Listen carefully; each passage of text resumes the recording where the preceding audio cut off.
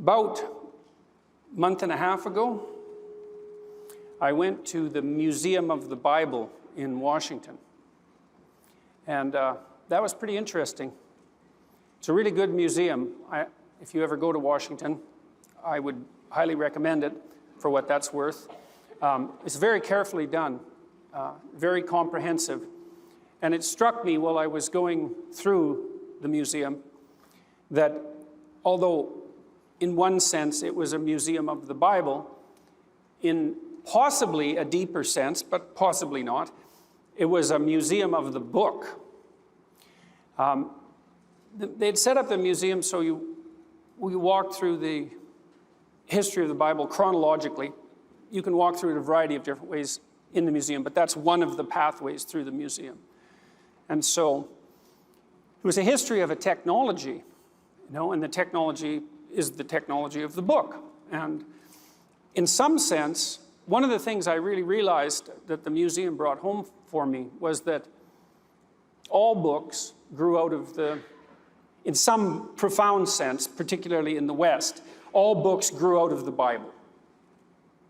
And so that's interesting to me. It's interesting to me partly because we seem to have a lot of trouble in our culture now agreeing on what might constitute a valid canon of books. I mean, part of what the humanities offered, certainly part of what religious tradition offered, was a canonical book. I mean, Judaism has a canonical book, and Christianity has a canonical book, and Islam has a canonical book, and all the major Abrahamic religions have agreed that, in some sense, the followers of those religions are people of the book. And that's quite a remarkable, it's quite a remarkable proposition, first of all, because it isn't obvious that you would consider a book the most fundamental element of your culture. It might be more obvious that you might consider a city a more fundamental element, or a dynasty, or something overtly political.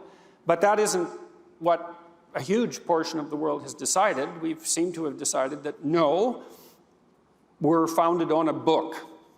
And we have some dispute about just exactly what that book is and what it means, but the fact that we've at least agreed that it's a book, that's something.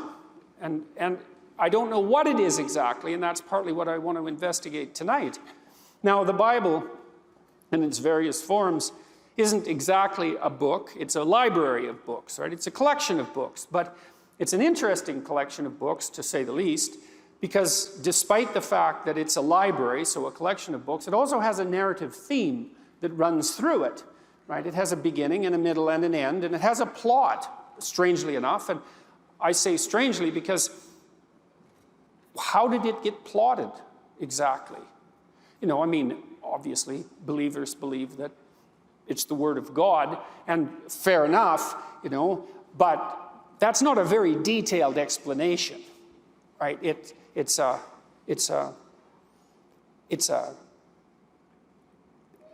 religious interpretation, but it's shallow in some sense. It lacks detail. It still doesn't explain in any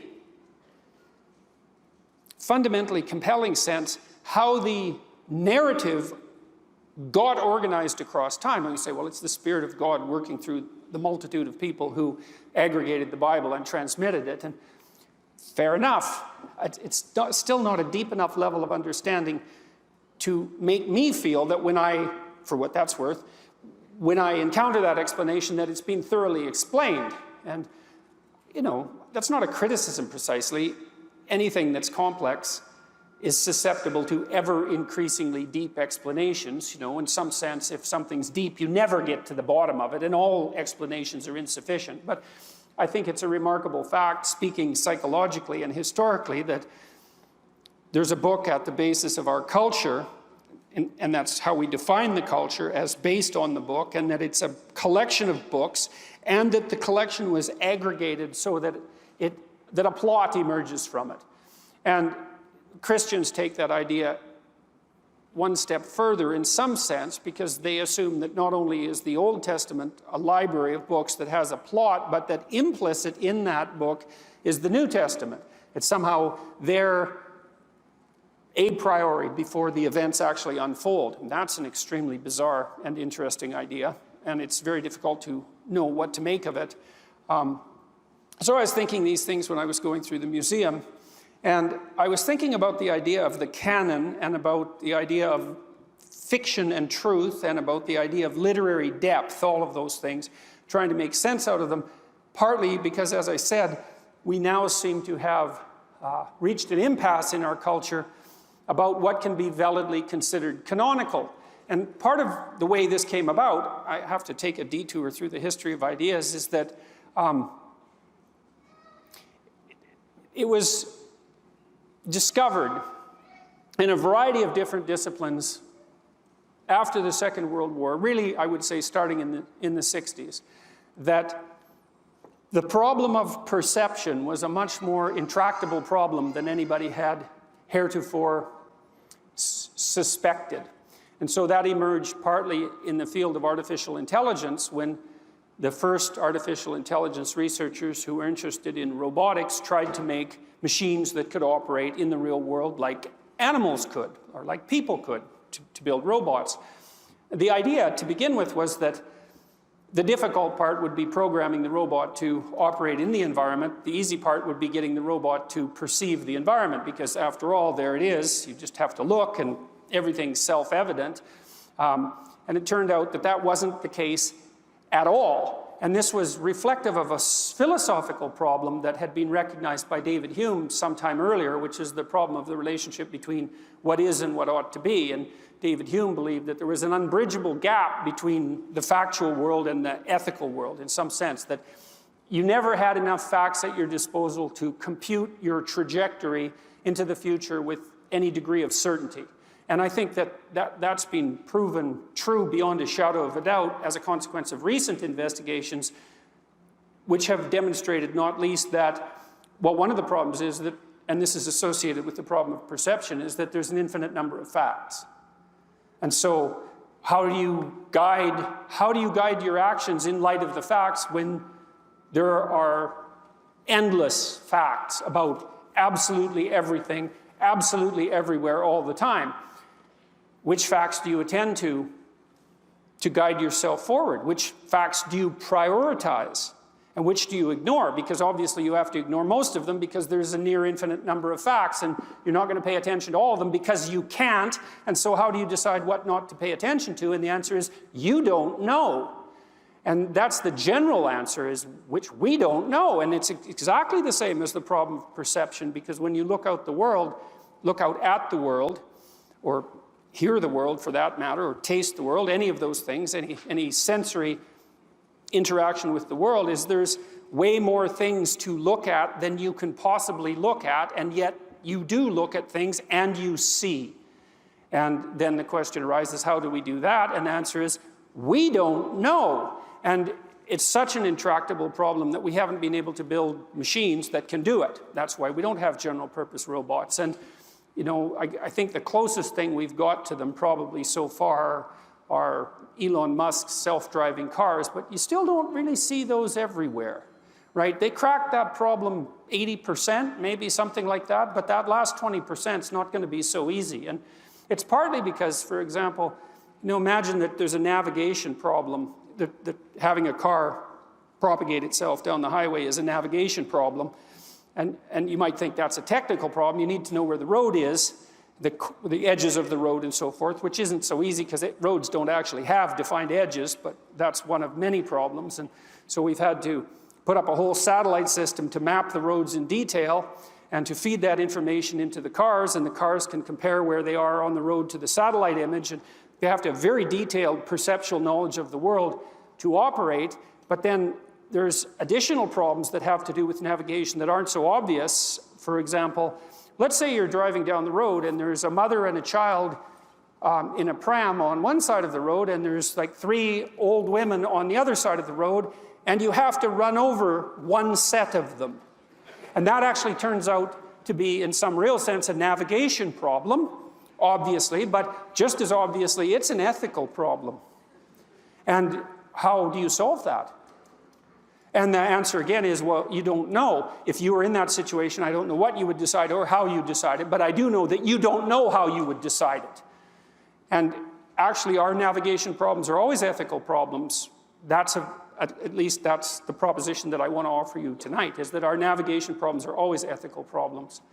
And that the problem of perception and the problem of ethical endeavor are the same problem. And this is, I think, if I've made any radical claims in my life, and I suppose I probably have, the most radical claim is that, and it's becoming increasingly radical, I think in some sense, is that we can't see the world except through an ethical framework. It's actually technically not possible. And this is a new realization. I mean, we had Hume's observation that you can't easily get from what is to what ought to be. And that's an early statement of the same problem. Why can't you? Well, too many facts. Which facts are you going to use to guide you? You select facts. How do you select facts? And if you're selecting facts, why are they facts? Because you've selected them, right? You might think if they're facts, you have to sort of randomly select them, because otherwise you're biased in your selection of facts.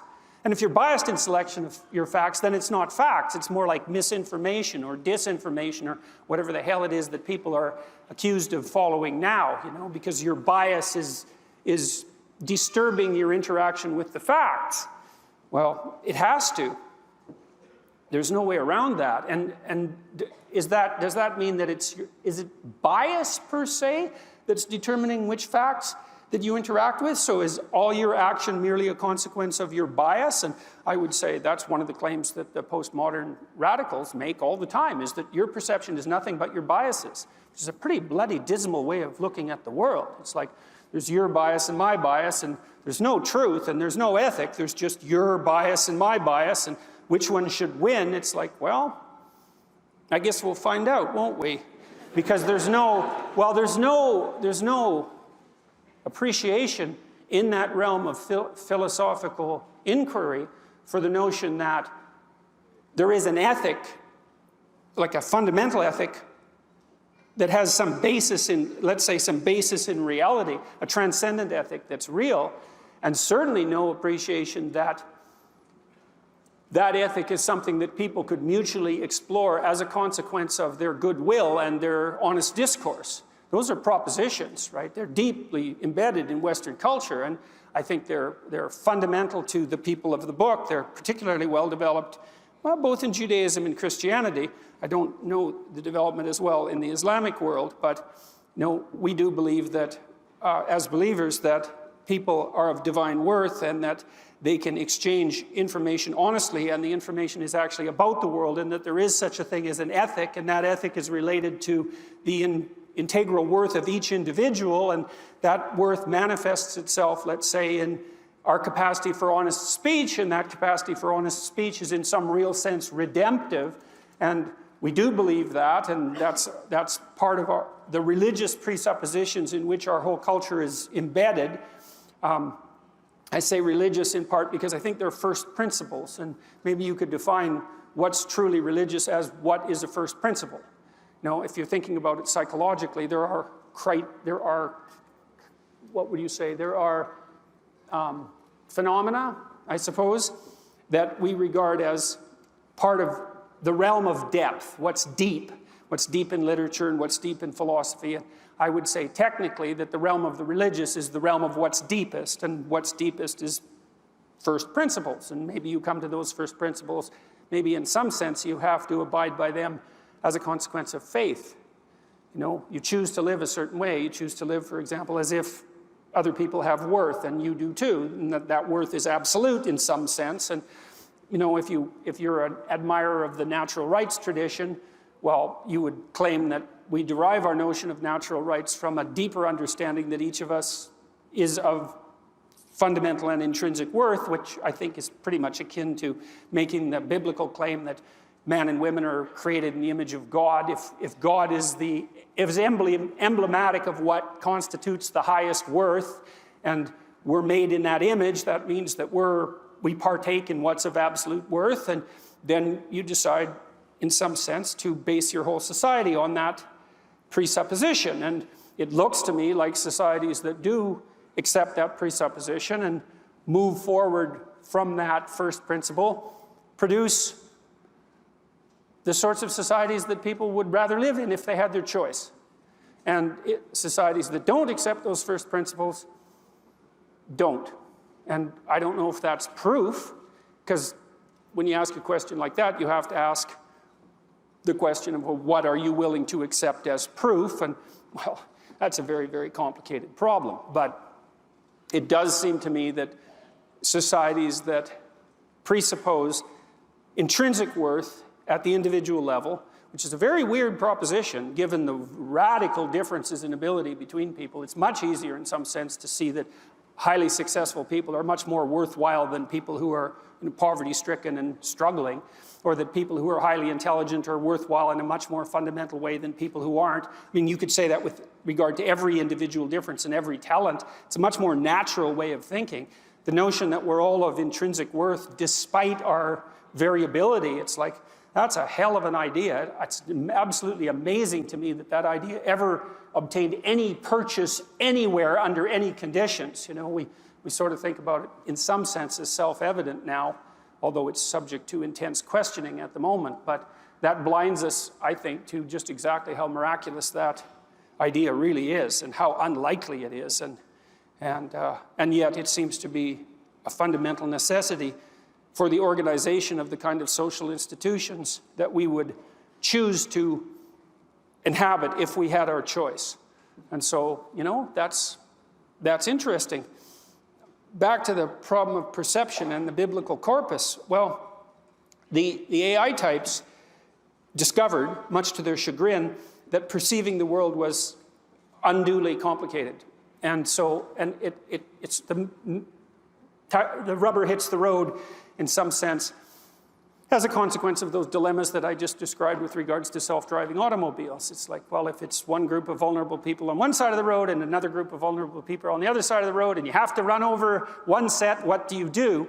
And the answer is, well, we don't know, and we do compute that. And how do we compute that? We're going to have to figure that out. If we're going to build machines that are going to do that, they're going to have to be able to think ethically, and that'll mean we'll have to understand what it means to think ethically. And we don't understand that because it's really, really complicated. And so the problem of perception arose to bedevil robotics, and it's certainly not a problem that we have solved, which is why we don't have general purpose robots. Some researchers believe that problem won't be solved in the absence of embodiment, that a robotic intelligence has to be embodied before it can act in the world in any real sense, because perception is dependent on embodiment. And I think that's very interesting, especially in relationship to particularly to the Catholic emphasis on the resurrection of the body and the valuing of the body as opposed to the mere spirit, you know, that the body is actually a necessary precondition even for perception in some way that we didn't understand before the last 50 or 60 years. So anyways, when this problem arose in the AI world, it simultaneously arose in, of all places, well, in psychology, in relationship to the problem of perception, which psychologists are still beetling away trying to solve with some success. But more particularly, it arose in the humanities departments, especially in departments that were associated, concentrating on literary criticism. Because the literary critics, especially the French, the postmodernist types, came to a similar realization at some point. I'm condensing a lot of work here, but their basic proposition was, well, how do you know when you've landed on the proper interpretation of a text? And the answer is, well, we don't know. Well, so you take a text like Hamlet, and you get 100 students to write an essay about, you know, a particular stanza, a set of stanzas, soliloquy, and 100 of them have 100 different opinions. So, well, like, which opinion is right? And if none of them are right, well, does the text mean anything? If there can be 100 different interpretations of only one tiny section of the text, and you can't decide which interpretation is the right interpretation, how do you know there's any interpretation at all? And so how do you know the text is meaningful in any real sense if you can't even agree on what the meaning is? And you can certainly see how that problem bedevils something like biblical criticism, because biblical stories are susceptible to a very large number of interpretations. That's for sure. And so if you can't agree on the interpretation, well, how do you even know that there's anything of any meaning there at all? It's like, hey, we seem to have been able to manage it. We seem to have come to some consensus about what constitutes, let's say, quality, high-quality literature rather than low-quality literature. We seem to remember the high-quality literature, perhaps, and to transmit it, and we don't remember the low-quality literature. At least that's what the humanities types would suggest. And something like that winnowing, historical winnowing, seemed to be at work as we aggregated the stories that became the biblical corpus as well. Right? These were picked out from a wider variety of other ancient stories and made canonical for reasons that we don't understand. All sorts of decisions were made about which books to include and which books not to include and what order to include them in, and that's a mysterious process. We seem to have done it.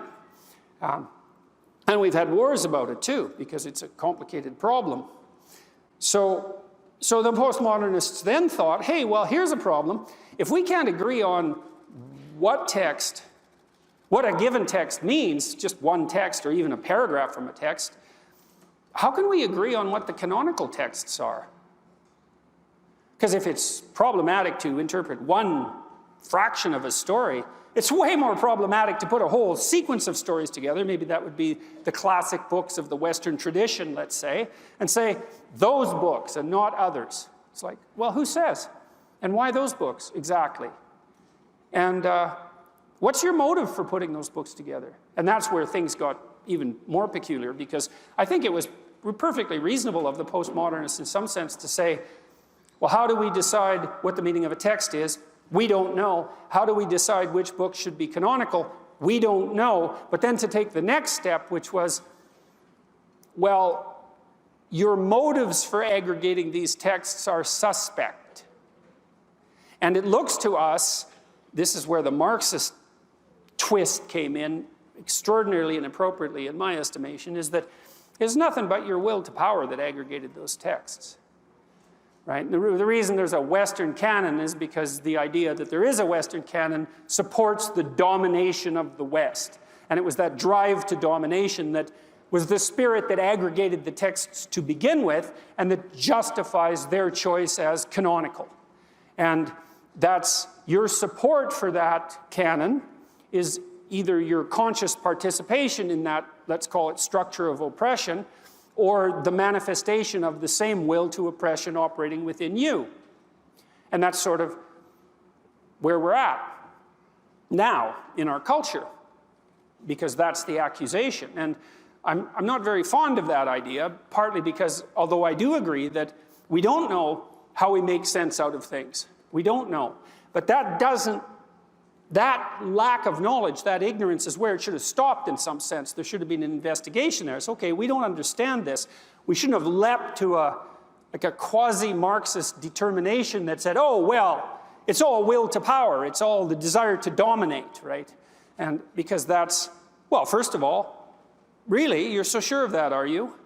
What makes you so sure of that? That it's will to power that's the organizing principle, let's say, for society as such. You really believe that? Does that work in your personal relationships? Is that how you conduct yourself with your wife or your husband? It's domination all the way. And same with your friends, it's domination. And when you go out, you have a business, and of course, if you're radically left, you assume businesses are oppressive structures to begin with because you're jealous and stupid. And well, and also because sometimes they are, because structures do warp and bend, and they can tilt towards oppression and tyranny, and human structures are susceptible to that.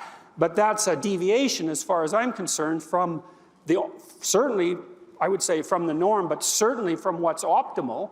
And is it your relationship between husband and wife is governed by nothing but power? That's sort of the patriarchal oppression theory of marriage theory. It's like, well, women have always been dominated by men. That's the historical reality. It's like, really, that's your story for the entire corpus of the cooperation and competition between men and women since the beginning of time. It's essentially domination and nothing else. That's how it works, is it? It's like, I don't think there's a bloody shred of evidence for that, by the way, because I've looked at the principles that appear to underlie the establishment and maintenance of stable social institutions at the micro level, so let's say within the confines of an intimate relationship, and among friends and among business partners and among, well, political entities for that matter. And it looks to me like all the evidence suggests that it's something a lot more akin to reciprocal altruism and honest trade than it is akin to domination by power, because it's just not stable. You know, if you're around people who do nothing but exploit you, so you're going to participate in that voluntarily? You're going to do your best in a situation like that, or are you going to fight it in small ways and large and bring it to its knees? And I really do believe the answer to that's quite clear. Those systems don't work. And it's also the case that psychopaths, for example, who probably do operate in the world primarily on the basis of power, aren't successful. And they never get to be more than about 3% of the population, because it's just not a successful strategy. You can oppress people and exploit them to some degree, and that might be better, you know, in a biological sense than just laying on the floor doing nothing, you know, as a reproductive strategy, but it's not successful enough so that it characterizes the bulk of human beings. It just doesn't work, and it doesn't even characterize animals.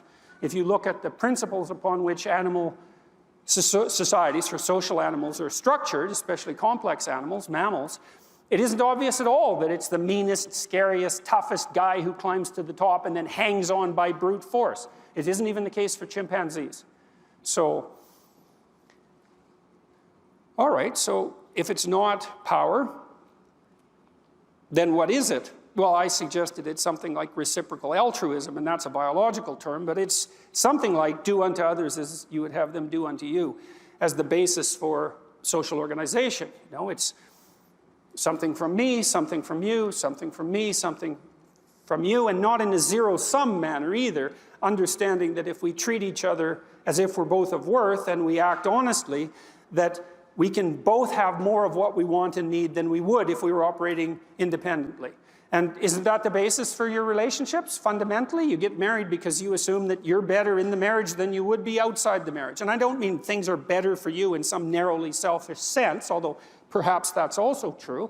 I mean better in general, right? You're wiser because you have a partner. You're more careful. You're more attendant to the needs of others. And you can think of that as, you know, finger wagging, you should be more attendant to the needs of others, but you can think about it as proper ethical training too, because if you learn to treat the person you love with a certain degree of respect and reciprocity, maybe that prepares you to do that with other people. At least you've got some practice that way, and isn't it better to run a business under those auspices? Anybody who's run a successful business is inclined to say yes. I mean, you have to make tough decisions, and sometimes you have to be cut and dried and maybe even somewhat cruel to make the proper decisions, but still, you're fundamentally looking at something that is akin to voluntary cooperation and voluntary and the voluntary choice of the people that you associate with, voluntary association, exactly that. And the right to speak your mind, hoping that if you do speak your mind, you can keep the pathways in front of you clear. And so, well, so back to the biblical corpus and the museum. I mean, I was thinking about all these things that I've sort of laid out in this scattershot and impressionistic manner. I was trying to solve the problem of the canon. How do we figure out what's canonical? It's like, well, is it merely, we pick the books that justify the dominance of our culture. Well, first of all, you have to presume that we basically identify as human beings with groups to take that tack, right? Because we're trying to support the domination of our culture. I don't think that way. I don't think most people in the West think that way. I think most of us think at the level of the individual. And I think that's more appropriate. And so the idea that we aggregated a canon to justify the domination of our ethnic group, I think, no, I don't think so. I mean, fair enough, and sometimes things go in that direction, but fundamentally, no, I don't think that's it. What's canonical? How about this? How about the more texts a text is influenced, the more canonical it is? That's pretty damn straightforward, and it seems straightforward enough, so I don't even know why it would be questionable. A text is relevant, important, vital, valued, if it has had a tremendous effect on other texts. And so maybe you write a book of genius like right now, today, but it's not going to be canonical because it hasn't had the time to wend its influence through the entire corpus of text that constitutes the culture. And so we could say, well, maybe a corpus of text does constitute the culture. How do we make decisions of value? How do we see the world? Well, I think there's two ways. One is we do it in an embodied manner because we have emotions and we have motivations, and they're built into us. And part of the reason that we can understand each other is because we have the same motivations and emotions. And so we can make reference to them without having to explain them. I don't have to explain what anger means to you. I don't have to explain what jealousy means. I might have to specify the conditions under which they arose, and we could have an interesting discussion about whether that's relevant or not, but I don't have to tell you what they are. You're like me enough so that we can assume that. And so that's part of the ground for our fundamental understanding, our shared embodiment. We're very similar as embodied creatures, and we're even similar enough to animals that we can more or less understand complex animals for the same reason. You know when a dog wants to play, if you have any sense and you know anything about dogs. The dog bounces around in a playful way, and you think, dog wants to play. And the reason you know that is because you want to play too. And so you don't have to talk to the dog to establish that. It's there to begin with. And so we have this biological substrate that enables us to communicate. That's part of what enables us to solve the problem of perception. But then on top of that, we have a historical overlay. And I think, and this is the point of this talk fundamentally, this is the idea that I've been wrestling with most recently, is that imagine that you had a map of all the books that there are in the West. I'll just stick with the West for now because that makes things easier. You have a map of all the books that there are in the West, and you could map out the relationship between every book and every other book, the dependencies. And you'd find, for example, that you should read Hamlet because a lot of other books refer to Hamlet, or you should read Shakespeare because a lot of other books refer to Shakespeare. And if you don't understand Shakespeare, then there's a whole bunch of books you can't understand. And then you might say, well, to understand Shakespeare, what should you have read? And the answer to that could easily be, well, you probably should have read the Bible. And maybe that's a claim that you could make about wanting to understand any book. Because if you mapped out the relationships between all the books that there are, you'd find that the most fundamental book is the biblical library. And I think that's even merely true historically. It's partly why the Museum of the Bible was so interesting to me, because walking through it, you see how the book aggregated itself across time and became fundamental. And the first book that was really widely available for printing, purchasing, and reading was the Bible. And all the books that we know about now, the millions of books that we have, emerged from that base, that trunk. And they're all related to that. And it's certainly possible that without an understanding of that fundamental book, you can't understand all the other books. And maybe it's possible that without an understanding of that book, you can't understand other people. So, to be people of the book means that we're all inhabited by the same book, but it's probably more complicated than that. Like, it's not just the Bible, because there's lots of books. It's the biblical corpus, which is a library, and it's the relationship between all the texts in that book to one another, and then it's the whole structure of the relationship between all the texts that grew out of that. And you could imagine a map of that, and then you could imagine that what you do as an educated person is sample that.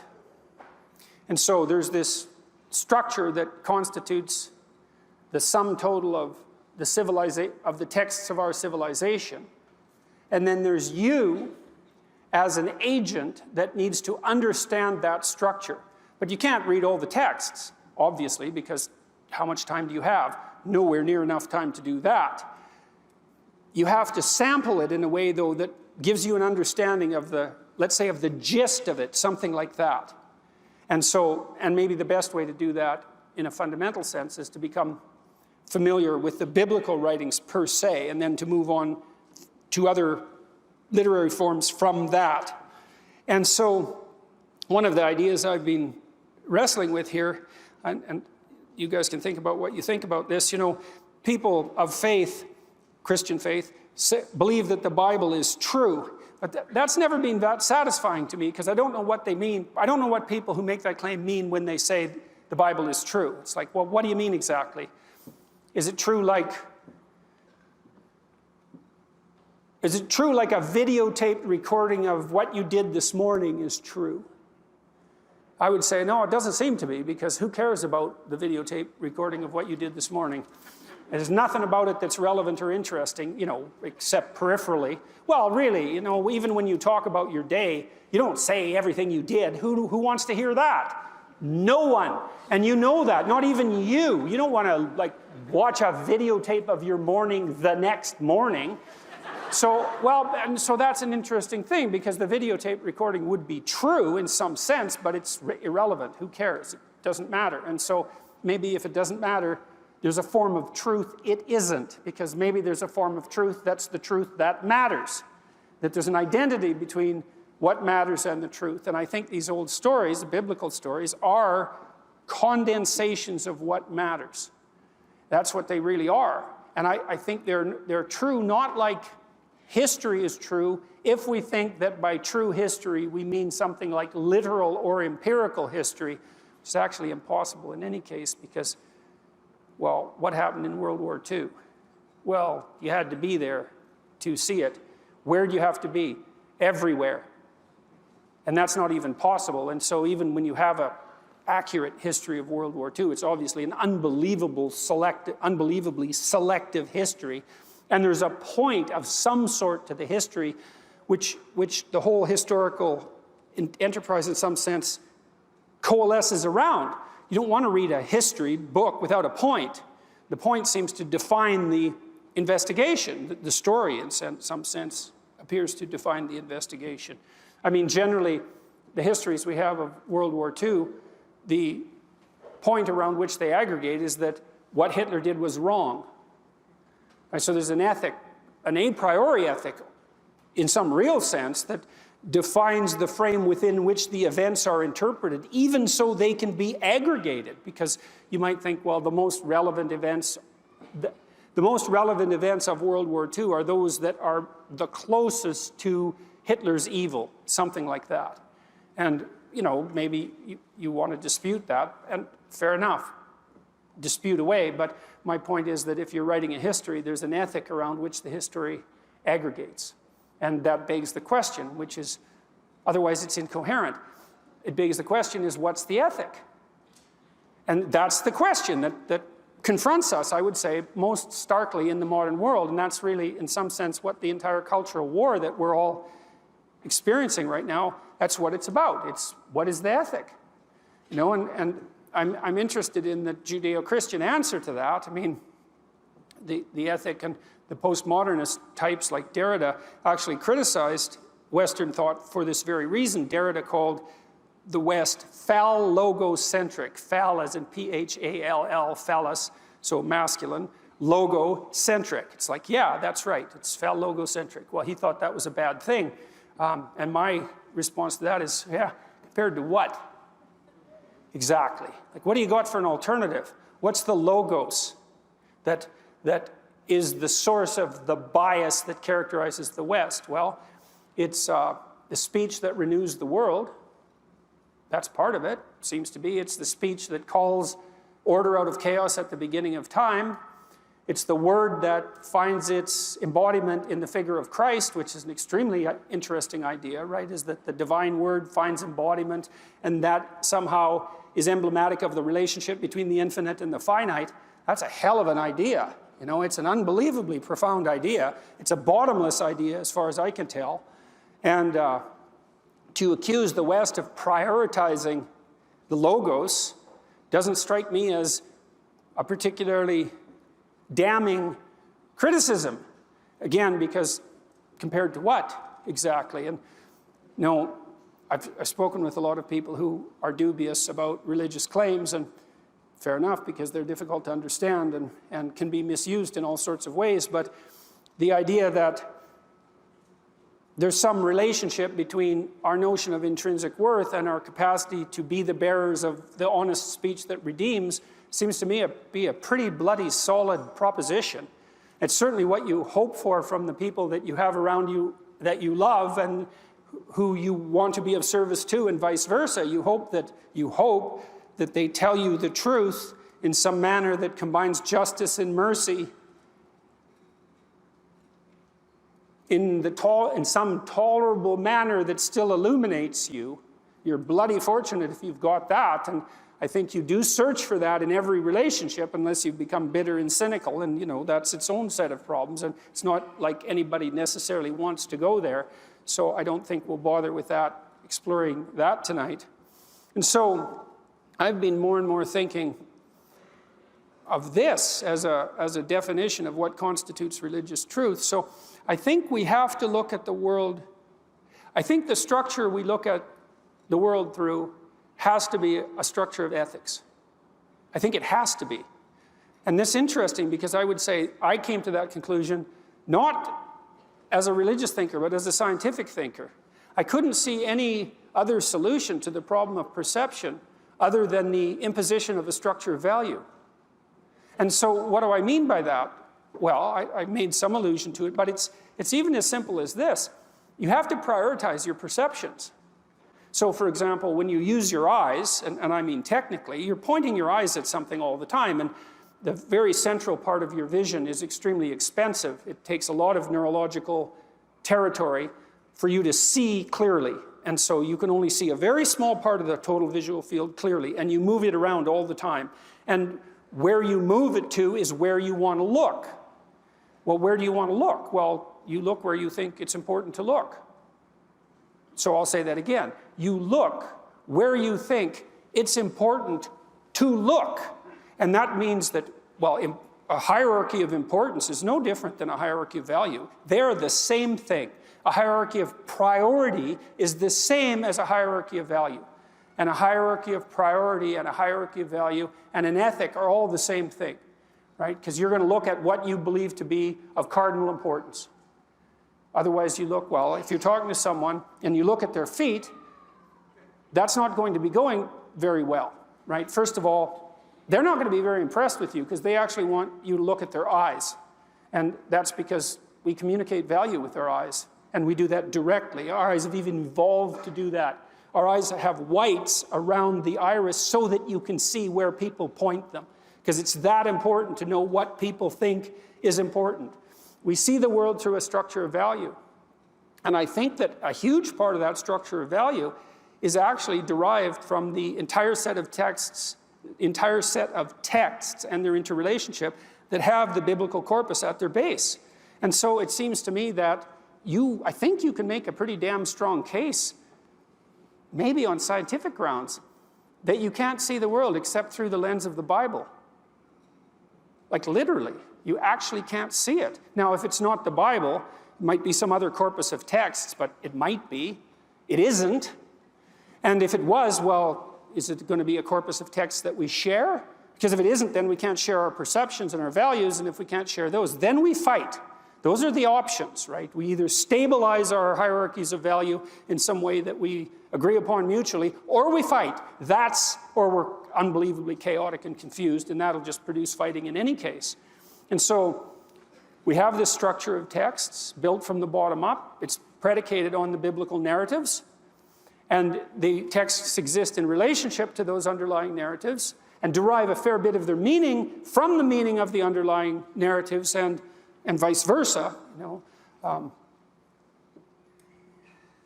And so then is it possible that biblical truth is the sort of truth that is the precondition for truth? Right? Because you think, well, it's religious people make the claim, people of the Bible make the claim, the Bible is true. Well, there's all sorts of different kinds of truth. That's an interesting claim, but it's not very elaborated. It's insufficient. And often what happens to Christians when they debate skilled atheists like Richard Dawkins is they treat the Bible like it's a scientific theory, and Dawkins just mops the floor with them because it's actually not a scientific theory compared to scientific theories. And so as soon as you go there, well, it's like a scientific theory. It's like, no, it's not. It's not. And so does that mean it's not true? Well, it means that if the only thing you think is true is a scientific theory, But I don't think that you can practice science except within an ethical framework that's not in itself science. And so it's possible that there is a deeper truth than the scientific truth, which is the ethic that has to be there a priori before you can even begin to do science. And I did talk to Richard Dawkins about that a little bit, because he's someone who appears to believe that the truth will set you free, which is what scientists believe, because otherwise why would they pursue the truth, right? For malevolent reasons? Well, hopefully not. They believe the truth is redeeming, but that isn't a scientific assumption. That's a religious assumption. And so is it possible that you can't practice as an honest scientist without making the religious assumption that the truth will set you free? It's certainly possible. I mean, it's impossible to undertake the scientific enterprise in any real sense and discover anything that's truly factual, let's say, without abiding by the truth in an extraordinarily rigorous manner. You just don't get anywhere. Certainly what you do won't be reproducible. And so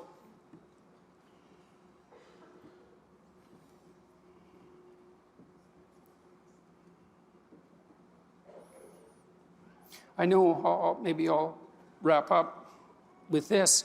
Maybe I can make this a bit clearer. So I spent a lot of time studying cybernetic models of perception. And so those are models of perception that were informed by artificial intelligence theorizing, stretching all the way back to a man named Norbert Wiener, who established the field of cybernetics. And he basically claimed that you organize your perceptions in relationship to a goal. So, for example, if I want to walk across the stage, then I'll specify my endpoint, and I'll see that in high resolution. And then I specify the pathway, and the observation of that untrammeled pathway produces positive emotion, because positive emotion is an index of an untrammeled pathway towards a valued goal, which is also something that's very interesting to know, because it suggests that there's no positive emotion without a goal. It also suggests that the more noble the goal, the more complete and elevated the positive emotion. And that could be true. That could be true. And it's the case as well that when you organize your perceptions around a goal, that provides a container for your negative emotions. So if I want to walk across the stage because I think that getting to the other side is preferable to being here, so that's a hierarchy of value, that place is better than this place, then when I observe myself undertaking the actions that will get me to that place, that's comforting and provides security, because it shows that the structure that I'm using to organize my perceptions and to reduce the world to manageability is sufficiently accurate so that I can implement it. And so we seem to inhabit those structures all the time. Whenever we're looking at the world, whenever we're interacting, we specify a goal, and so that's an ethical enterprise, and we organize our emotions within the specification of that goal, and then we produce hierarchies of goals. So, you sit down in front of your computer so you can write a paper, and you write a paper so that you can finish an essay, and you finish an essay so that you can get a grade in a class, and get a grade in a class so that you can graduate with a degree, and you do that so that you can get a job, and you do that so that you can be, a good husband, a good wife, a good citizen, and you do that so you can be a good person. There's a hierarchy of ethic that permeates the entire enterprise, right from the microcosm up to the macrocosm, and I think that's something like the whole landscape of religious value, with the outermost container, so be a good person, let's say, that's the ultimate aim of the religious enterprise. That's something like the imitation of Christ in the most fundamental sense, and all the things that you do within that are a reflection of that, or you're confused and chaotic. And if everyone's doing that at the same time, then you have a society that's integrated and aiming up and capable of telling the truth. It's something like that. Does that seem reasonable? And so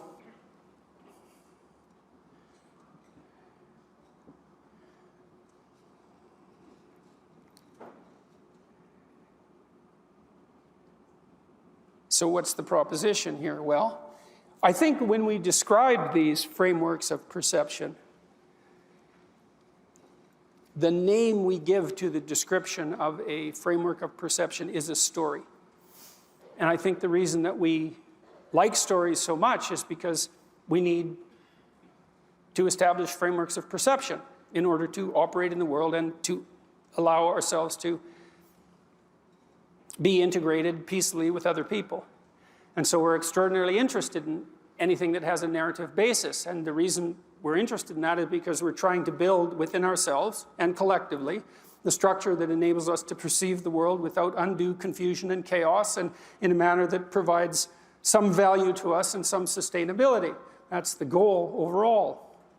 And that seems to me to be the goal of the entire religious enterprise. And so, is it possible that, well, I guess that's the claim I thought I'd elaborate out a little bit today, is that the Bible is true in a very strange way. It's true in that it provides the basis for truth itself. And so it's like a meta-truth, right? Without it, there couldn't even be the possibility of truth. And so maybe that's the most true thing. The most true thing isn't some truth per se, it's that which provides the precondition for all judgments of truth. And it seems to me that I can't see any holes in that argument. And I can't see any holes in it from a scientific perspective either, because I think we do know well enough now as scientists that the problem of deriving ethical direction from the collection of facts is an intractable problem. There's too many facts. There's an infinite number of facts. They do not provide an unerring guide for action. They can't. There's too many of them. They have to be prioritized. And as soon as they are prioritized, well, then you're in the ethical domain. And then that begs the question, what's the valid ethical domain? And the postmodern answer is, well, there isn't one. It's all the expression of domination and power. And I think that's nonsense. I don't think that's a tenable solution.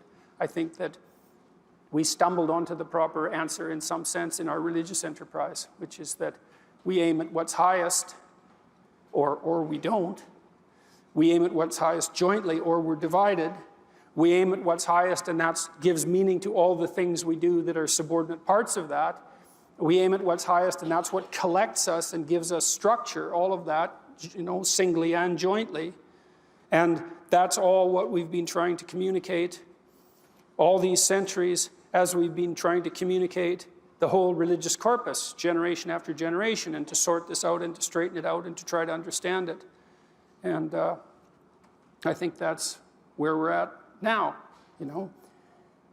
maybe a little bit more conscious of what this all means, and maybe a little bit more capable of being more certain as people of the book that the faith we have in the textual corpus that we inhabit is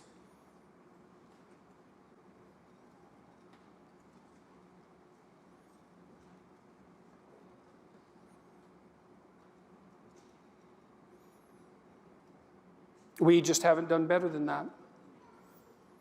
And we strive to flesh it out, we strive to understand it, but fundamentally, it seems to be true in that fundamental sense that I just described, which is not merely true, but the precondition for truth itself. And so that's what I thought I would talk to you about tonight. So.